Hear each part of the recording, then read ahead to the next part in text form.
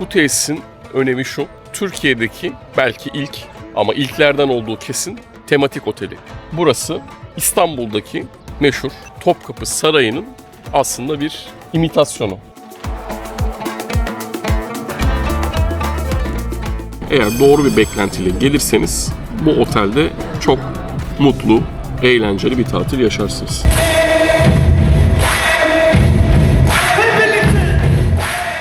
Bir aquapark var.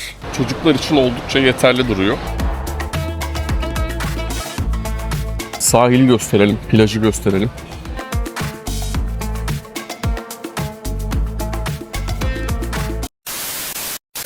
Herkese merhabalar. Seyahat Deneyimi kanalımıza hoş geldiniz. Welcome to our travel experience channel and welcome to Svandor Topkapı Palace. Evet arkadaşlar, Svandor Topkapı Palas'tayız. Bizim 4 yıl önce ilk çektiğimiz otellerden bir tanesi. Bilgileri bir tazeleyelim. Ne var ne yok. Yaşattığı deneyimi sizlere tekrar anlatalım istedik. Başlayalım mı? Tabii. Başlayalım, haydi.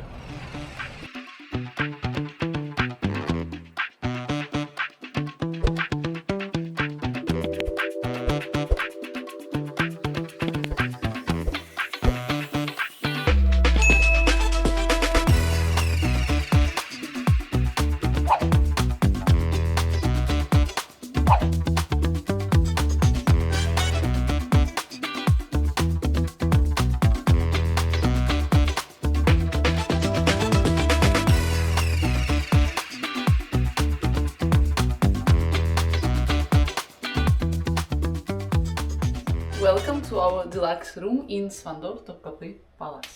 I will show you as usual. So here it was, as usual, standard bathroom with shower. Here sleepers, safe box, also standard. But here deluxe their standard room, by the way. They have double bed, one single bed, and also sofa.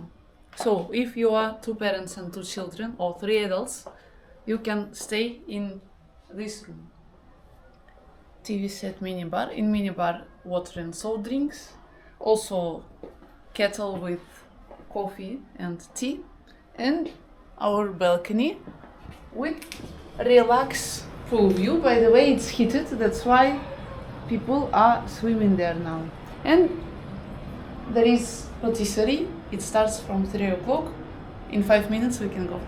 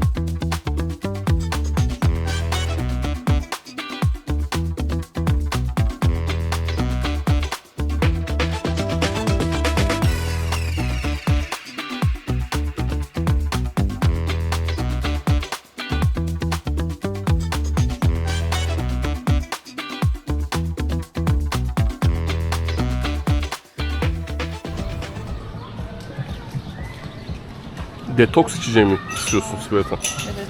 Detoks mu lazım? Detox water. Aa. Hangisinden? Maydanoz var. Maydanoz var.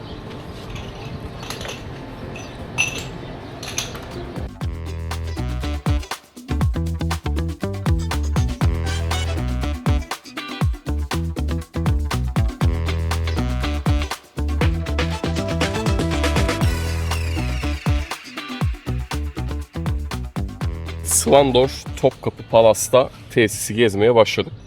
Bu tesisin önemi şu.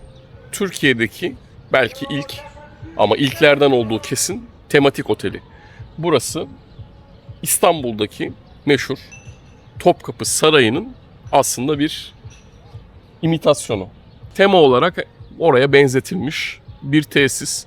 Tabii bu tesis bu anlamda ilk yapıldığında çok inanılmaz ses getirmişti, popüler olmuştu.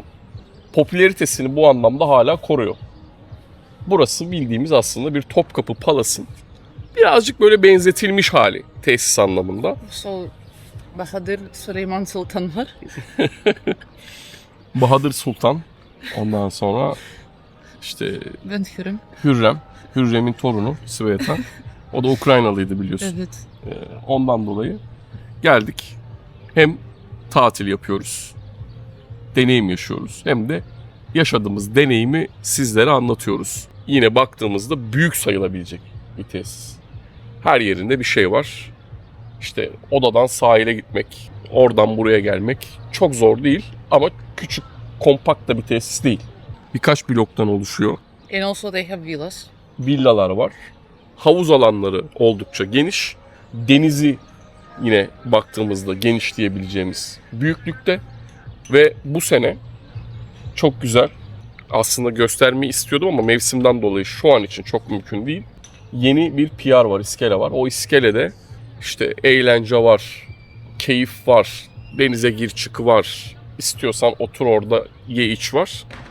Göstermeye ve anlatmaya devam ediyoruz. Haydi bakalım.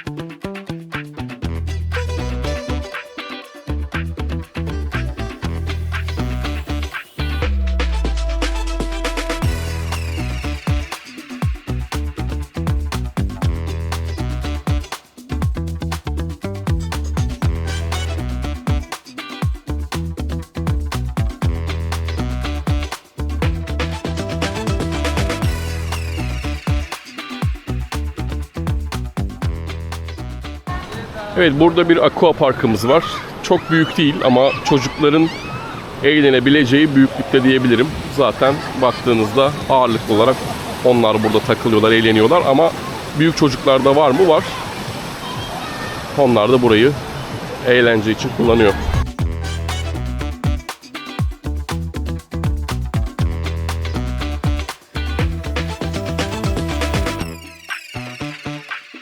Bir aqua park var. Çocuklar için oldukça yeterli duruyor. Ama büyük çocuklar da var, yok değil. Hani aqua park denmez belki ama kaydıraklar var. Tematik dediğimiz konu aslında bayağı birebir o tarihi yapıların burada, evet burada birebir olmasa da büyüklük anlamında böyle minyatürleri. Bakın burası Ayayorgi mi? Öyle bir şey.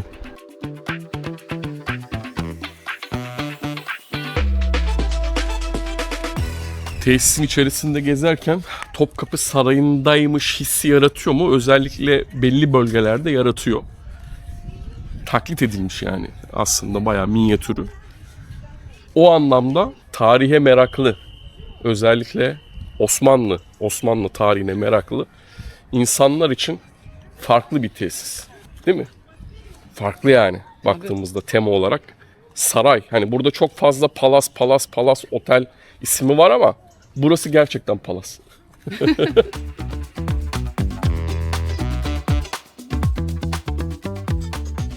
Otelin en büyük alanları gerçekten eğlence için ayrılmış olabilir. Bu alan akşamları canlı performans izleyebileceğiniz ve onlarca masanın, yüzlerce insanın olduğu bir meydan gibi düşünün. Canlı performansları izlerken yakınınızda olan barlardan içeceklerinizi alıp keyif yapabilirsiniz.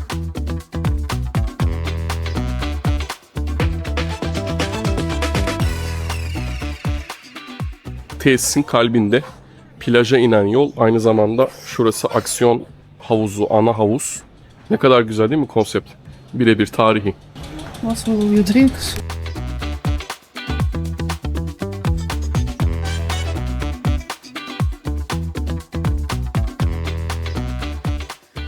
Ne var? Alkol söyle bakalım. Red Label var, Famous Gross var, GB var. Cin'de ne var? Gordons var, Beefeater var, Stirling var, Captain Morgan var Rom'da. Güzel.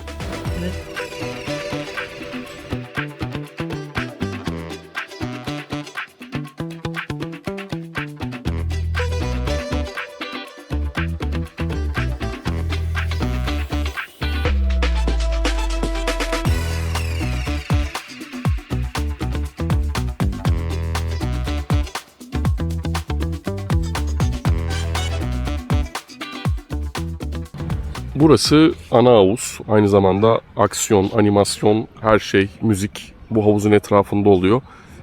Relax havuzlar arka tarafta var. Bir de yan tarafta var. Burası zaten tesisin dışarıya, bu kapıda zaten tesise açılan kapı.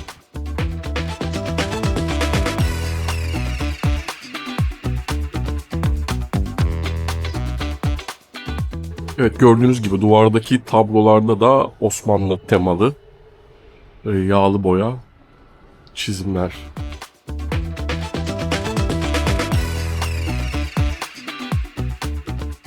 Sonbahar, kış döneminde eğer otele geliyorsanız en güzel yapılacak şeylerden birisi ne? Spa. Spa değil mi?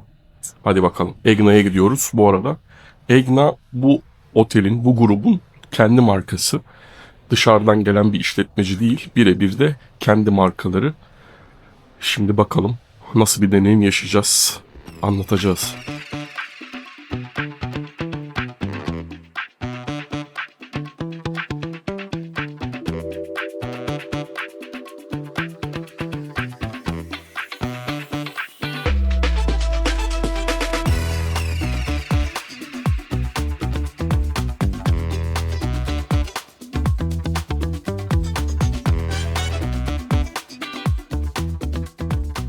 Selamlar.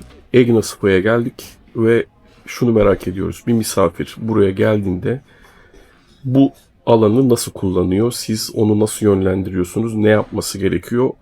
En temel soru işareti aslında bu insanlar bu masaj kültürünü kimisi çok iyi biliyor, kimisi bilmiyor ama ne yapacağını da bilmiyor. Siz misafir buraya geldiğinde onu nasıl yönlendirip yardımcı oluyorsunuz?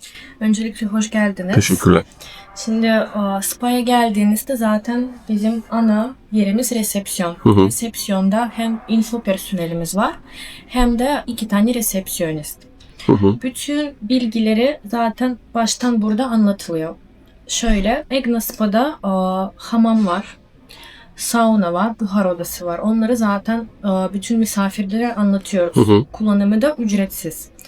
Ama ücretli bakımlarımız da var.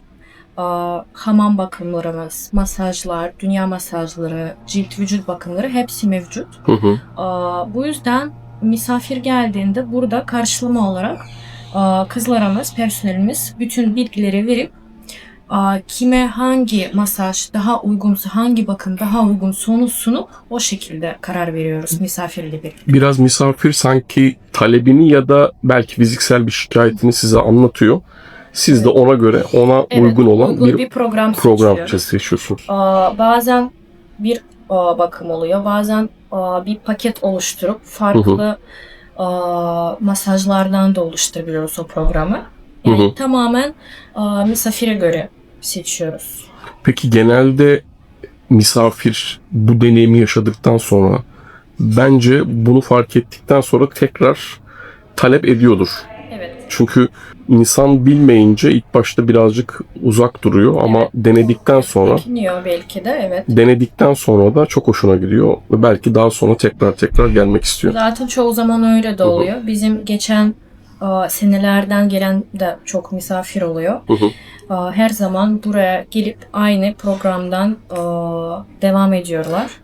Bir de anladığım kadarıyla atıyorum işte özellikle yaz döneminde bir hafta 10 gün uzun süre kalanlar kaldıkları süre boyunca paket de alabiliyorlar. Alabiliyorlar, evet, tabii ki. Onlar da tekrar farklı kafalarında olan şeyi belki size anlatıyorlar. Siz belki ona haftalık bir paket veriyorsunuz. Tabii ki de bu tamamen misafirin talebine ve isteğine göre oluyor. Eğer misafir bir haftalık ya da 10 günlük program seçmek istiyorsa ona göre bir paket oluşturuluyor. Onun yine de sağlık problemlerine bakılıyor. Bir sağlık ile ilgili bir problem var mı? Yoksa da cilt bakımı istiyor mesela da sıkılaştırmak istiyor, zayıflamak istiyor. Ona göre bir program oluşturuyoruz. Peki, heyecanla bekliyoruz. Teşekkürler bu arada sorularımızı yanıtladığın için. Teşekkür ederim.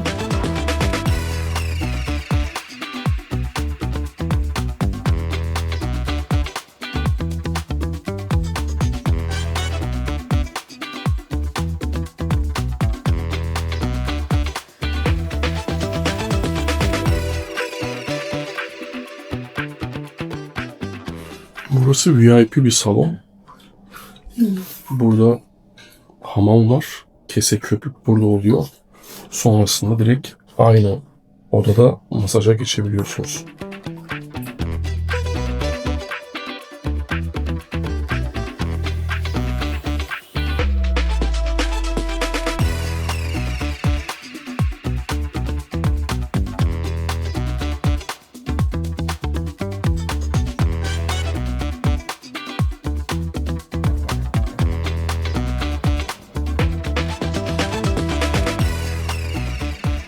Gerçekten kuş gibi oldum. It was really perfect. Yeniden doğduk. Mutlaka deneyin arkadaşlar. Hani tatil otellerini sadece deniz, kum, güneş olarak görmeyin. Spa deneyimini mutlaka yaşayın. Çünkü sağlıklı bir şey, değil mi? Exactly. Organlara, fiziksel olarak, ruha, her şey çok iyi geliyor. Gerçekten Egna Spa'ya teşekkür ediyoruz. Ne yapıyoruz? Deneyime devam.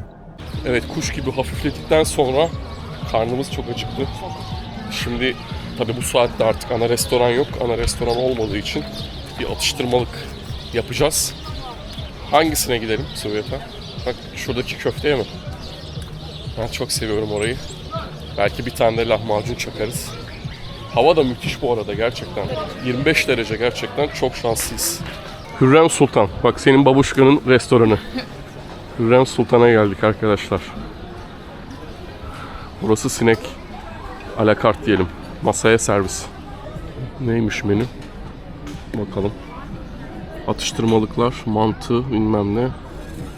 Lahmacun.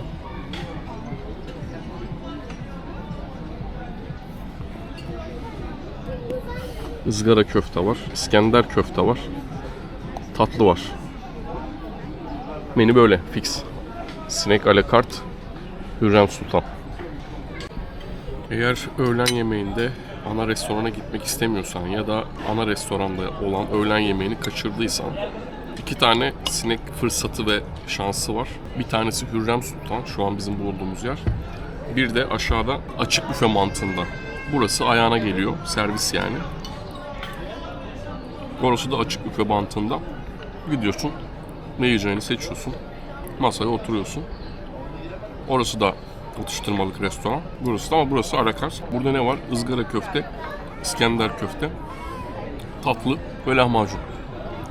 Antalya piyazı vesaire gibi tabii atıştırmalıklarda ekstra yiyebilirsiniz. Bu arada akşam Zon'da Red Party var. Onun hazırlıkları yapılmış. Da yapılıyor.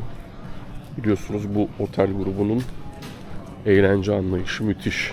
Yani bu işi gerçekten iyi biliyorlar. Zonlar, Svandorların olmazsa olmazı.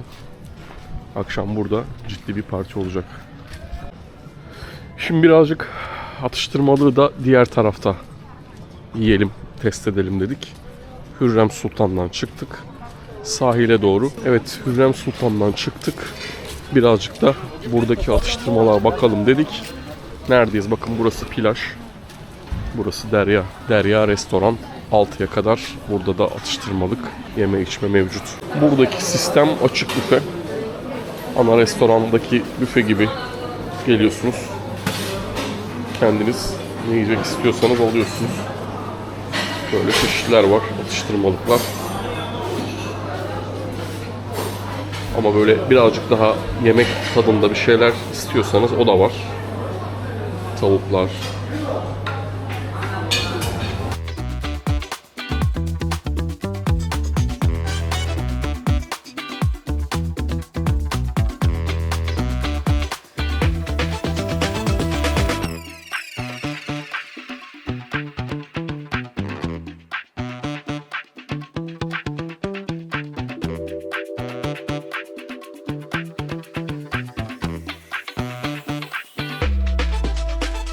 Yok ben sadece salatayla bu öğünü geçiştireyim diyorsanız burada salata büfesi var.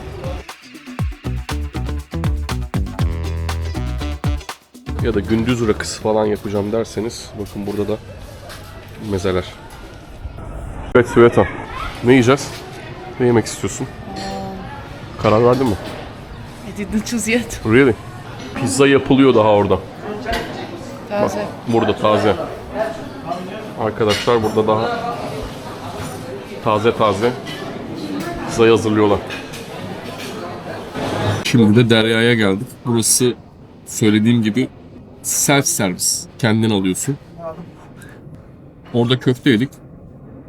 Burada da tamamlıyoruz. Afiyet olsun Şubat'ım. Buranın manzarası daha güzel. Deniz. Sahili gösterelim, plajı gösterelim. İskeleyi yakalayamadık. Sabah söyledim. Maalesef. Evet orası iskelesi Beach Club. Umarım 2026 sezon başında bakacağız. Burası Beach Bar.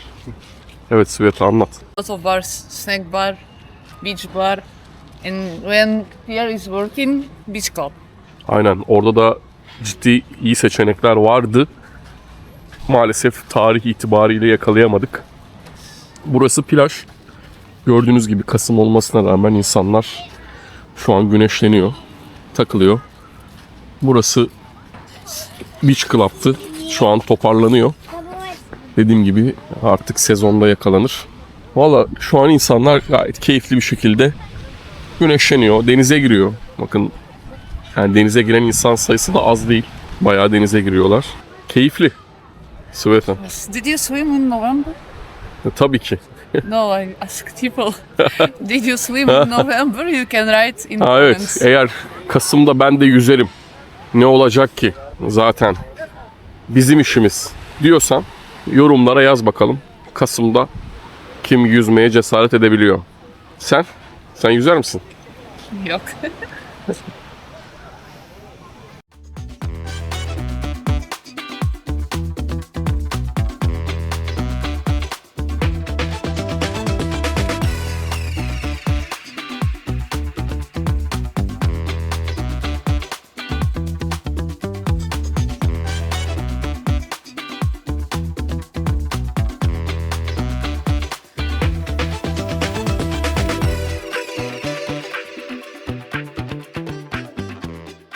Teşekkürler.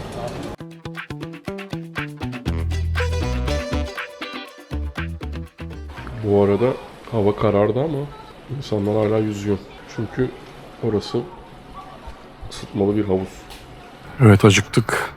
Ana restorana geldik. Hünkâr'da akşam yemeği yiyeceğiz. Bakalım yiyecek ne var ne yok. Bir tabak yapalım, karnımızı doyuralım. Meze sevenlere duyurulur.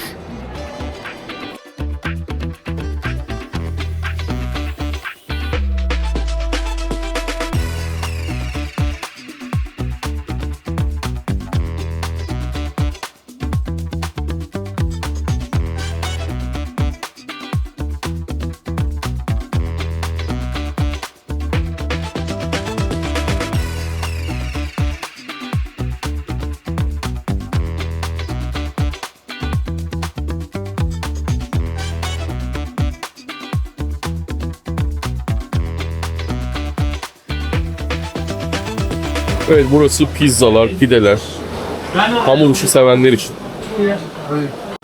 Burada et döner var. Bakın şöyle göstereyim.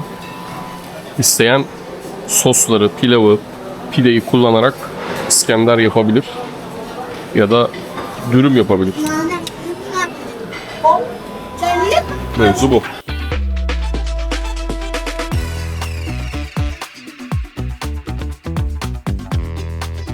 Burada tavuklar var.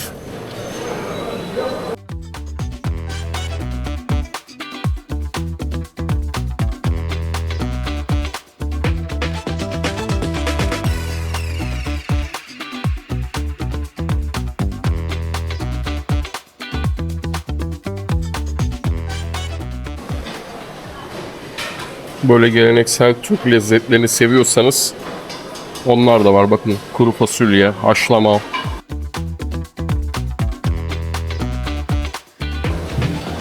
Böyle sulu köfteler, kabak kebap.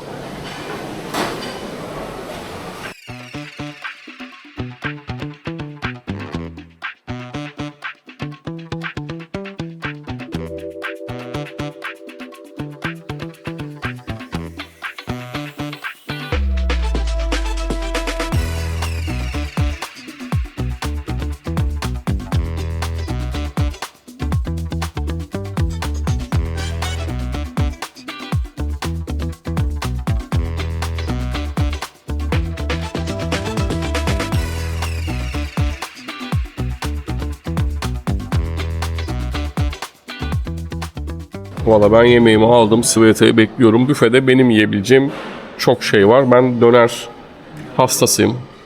Patatesli pide çok severim. Tavuk severiz. Uyaroğlu. O yüzden şimdi Sveta'yı bekliyorum. O bakalım ne almış.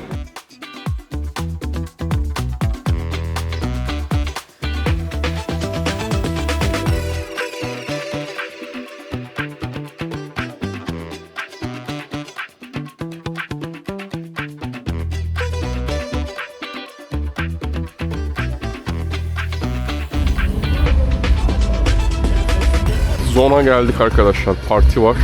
Red Party. Buranın konsept partileri meşhur. Bakalım içeride nasıl bir ambiyans bizi bekliyor. Zondayız.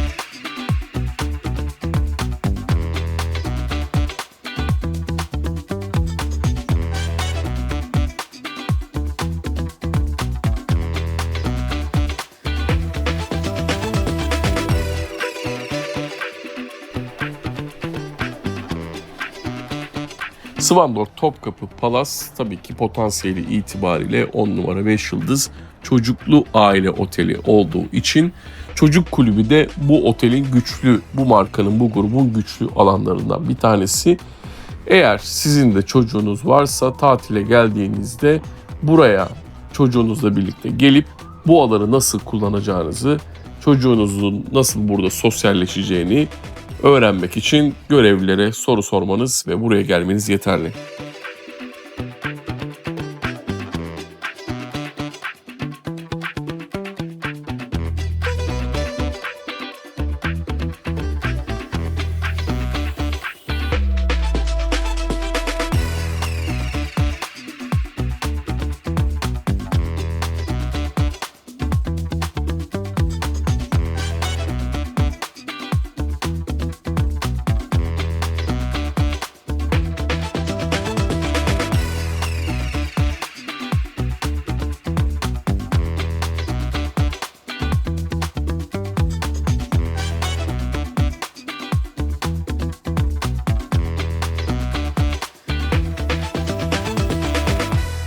Bu tür otellerde genellikle yaz koşullarından bahsediyoruz ama ilkbahar, sonbahar, belki kış dönemine denk gelirseniz ne yapacağız, nasıl vakit geçireceğiz? Tamam, spa var ama onun dışında ben yüzmek istiyorum dediğinizde hem açık ısıtmalı bir havuz var hem de bu şekilde kapalı bir ısıtmalı havuz söz konusu. Eğer bu dönemlerde gelirseniz merak etmeyin, burada da vakit geçirebilirsiniz.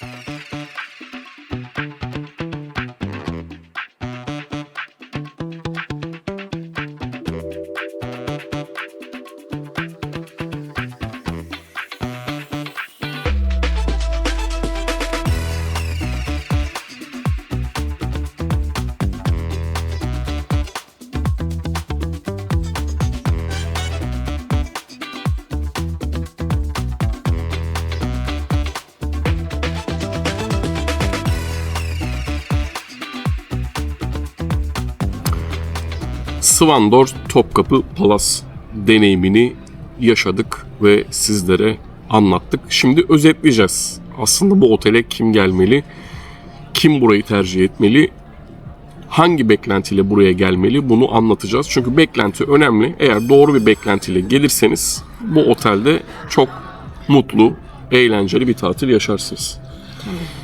Şimdi birinci konu. İşte tatilde genellikle en çok sorulan soru ne? Odaları yeni mi? Nasıl odaları? Yeah, they are normal. Generally, renovation was 6-7 years ago, but they are not looking old. Really, rooms are normal. Odalar güzel. Odalar gayet içine girdiğinizde konforlu. Çok yeni sayılmaz ama yeni diyebileceğimiz gibi de güzel korunmuş. Bakımlı. Ondan dolayı burada odanın eskiliğinden şikayet edebileceğiniz bir durum yok. Genel anlamda tesis kompakt değil, büyük bir tesis. Burası Topkapı Sarayı gibi bu mimariyle inşa edilmiş, benzetilmiş. Ona göre de geniş alanları var. İşte havuz alanı, deniz plajı vesairesi. And at the same time, everything is separated from each other. Kompakt değil. Çok dağınık bir tesis de değil bu arada. Büyük olmasına rağmen böyle derli toplu, dağınık bir tesis değil. Ama oda sayısı fazla. Ama sizin için tatil daha az insanla yapılır diyorsanız o zaman burası size uymayabilir. Çünkü burası yaşayan, canlı, dolu dolu aktiviteleri, eğlencesi, osu, busu, sabah başlayıp gece yatana kadar dolu dolu tatil yapabileceğiniz türden bir tesis ve bir otel. Yani burada insan sayısı fazla.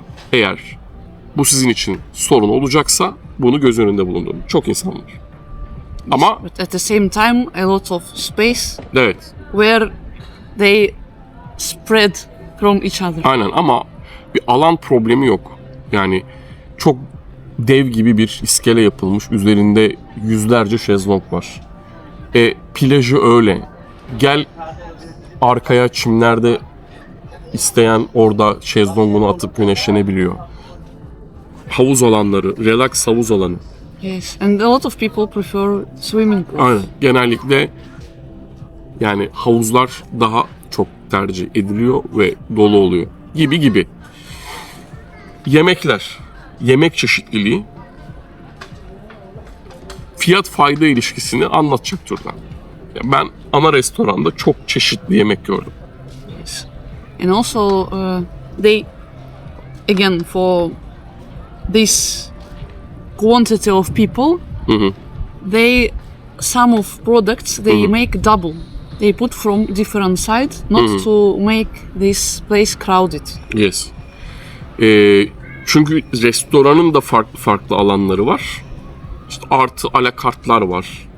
İşte gündüz snack atıştırmalık alanlar var. İşte Hürrem Sultan snack alakart dediğimiz servis ayağınıza geliyor. Yani siz kendiniz almıyorsunuz. Ama kendinizin aldığı Derya restoran var. Burası da yine açık büfe mantığında gidip kendi yiyeceğinizi kendiniz alıyorsunuz. İçeceğinizi söylüyorsunuz. Arkadaşlar getiriyor. Ben bu anlamda buranın fiyat fayda ilişkisi ve segmentine göre yemeklerini ben beğendim. Yeterli buldum. Daha iyisi olabilir mi? Tabii ki olabilir. Ama dediğim gibi beklentiyi doğru ayarlamak lazım. Yemek çok subjektif bir konu. Yemek iyi diyorum, bazen işte bize göre iyi değil. Şimdi biz böyle çok gurme özelliğimiz yok. Şimdi bizim böyle çok gurme bir tavrımız yok. Biz ortalama lezzetli, iyi bir yemeği beğeniyoruz. Ama bu senin damak tadına uyacak diye bir şey yok. Yani bize de bu anlamda tepkiler geliyor. Ama çok Belek'te gittiğimiz lüks otellerin bile yemeğini beğenmiyorsunuz bazen. Yani bu çok öznel bir konu. Yani biz beğeniyoruz. Çünkü bizim beklentimiz bu yönde yani. Biz çok wow işte onu yiyelim, patlıcanı şöyle yapacaksın bilmem ne yok. Biz Here it's not Michelin. Ya biz onun için daha böyle o zaman özel restorana gideceksin. Yani, At the same time, their main restaurant is working 24 hours almost. evet, 24 saat. Even Neredeyse. at night you can eat. Yedik. If you come early, you can eat. So food is available here 24 hours. Tesisin yani hemen hemen her yerinde yemeğe ulaşmak kolay. Ama dediğim gibi bakın, yemeği her otel için çok acımasızca eleştiriyorsunuz. Ama bu sizin birebir de damak tadınıza uyacak Michelin yıldızlı restoran tadında yerler değil. Bu Belek'teki çok pahalı otel için de geçerli. Neticede burada yüzlerce insan aynı anda tatil yapıyor. Ve şartları göz önünde bulundurduğumuzda, verdiğiniz parayı, aldığınız faydayı göz önünde bulundurduğunuzda aslında bence gayet iyi, lezzetli ve bizim için okey. İçkilerde de aynı şekilde ortalama cin, vodka ve viski markaları. Usual standard is in all hotels of this Evet. segment. Ya bu I da can mesela tell. yani hani ne bileyim ya eğer Japon vodkası istiyorsan bu başka bir segment. Ne bileyim İthal leffe bir bira içmek istiyorsan bu başka bir segment. Tabii. Yani Another money. verdiğiniz paranın karşılığını nasıl alırım noktasında rasyonel ve mantıklı bakmak gerekiyor. Bu otelin de alkol büfesi gayet zaten hemen hemen bu segmentteki iyi bir otelde sunulan popüler markalar. Sizin de marketten gidip 3 aşağı 5 yukarı ortalama aldığınız markalar diye düşünüyorum. Ama bu otelin çok güçlü bir özelliğini söyleyeyim. Eğlence. Yes. Yani eğlence gerçekten bu otelin çok güçlü bir özelliği. Konserler, partiler, etkinlikler, DJ'ler. X-Zone is nightclub. It's a Aynen. real nightclub. Gerçek bir nightclub. Yani içeriye girdiğiniz andan itibaren gündüz atıştırmalık barken akşama oraya sahneyle bir event organize edilmiş bir alan değil. Gayet gece kulübü yani. Ambiyans. Not small. Tabii ışık, lazer şovları, işte ne bileyim her şeyiyle dört dörtlük yani. Bu anlamda bu otelin eline su dökmek biraz zor. Çünkü Antalya'da aileyle birlikte gidilen, tatil yaparken aynı zamanda bu kadar eğlenilen otel çok az. And also at the same time, here mini club, there X-Zone. Mini club is working till 12 o'clock. That's why you can stay at disco and then take your child. Bir de güzellik şu, Yani burası ambiyans olarak da insanları etkilediği için insanlar şöyle 5 dakika bakıp gitmiyor. Duruyorlar, eğleniyorlar, kalıyorlar. Bu anlamda beklentiniz gerçekten tatilde eğlenmekse bu otel sizi çok mutlu edecek. Havalimanına yakın. Antalya merkeze çok About yakın. location, so almost so close. Aynen. Yani Who likes fast transfer?